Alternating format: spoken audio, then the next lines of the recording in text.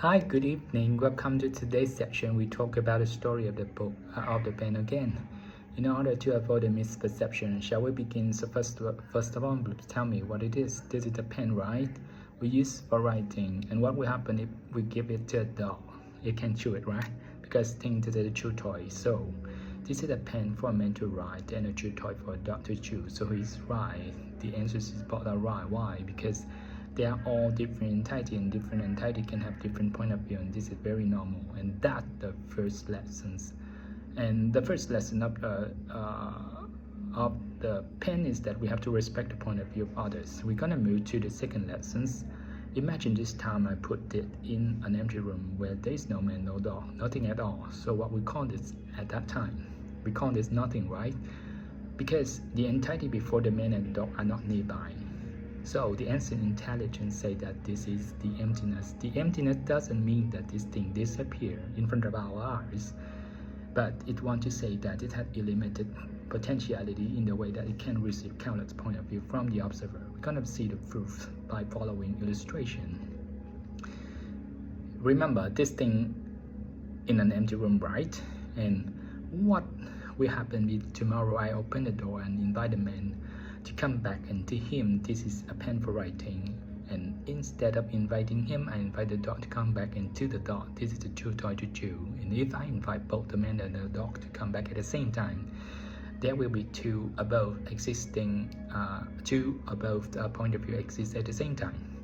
And if I do in a larger scale, I invite 1,000 different people to come in a room, and there will be 1,000 different point of view of exist at the same time, right? All of this just want to say that this thing can receive countless point of view from the observers, and meaning that it has a limited potentiality, right? So the second lesson of the pen is that everything has its emptiness in the way that it can receive. It has a limited potentiality in the way that it can receive countless point of view from the observers. We're gonna move to the third lesson, but before that I have two questions. The first question is that we say that this thing can receive countless point of view from the observers, right? So before that, what is holding those countless point of views? This is my question, the first question. So I was answered by the following illustration. In my hand I holding a thing, and I call this is a pen. And the fact that it's a pen, it come from my mind or it come from itself. There's only two options, right?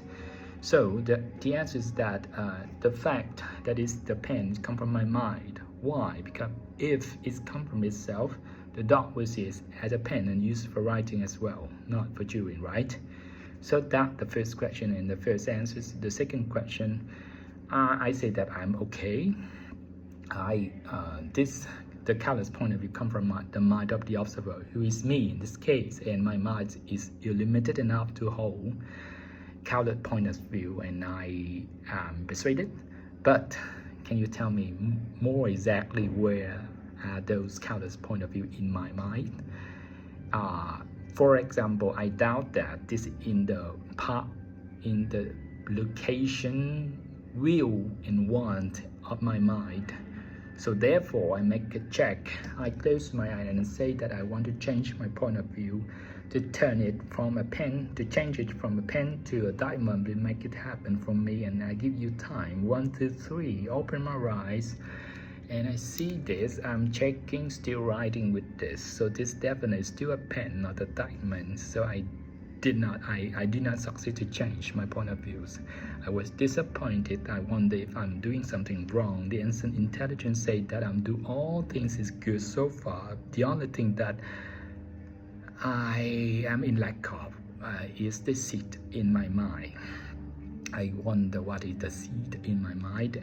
The ancient intelligence say that the seed in my mind is what you do certain thing, because when you do certain thing, you're gonna create an imprint in your mind, serving as a seed in your mind, growing at some point at a time, and cover an image on this thing and make you see that this is diamond, if this image is a diamond.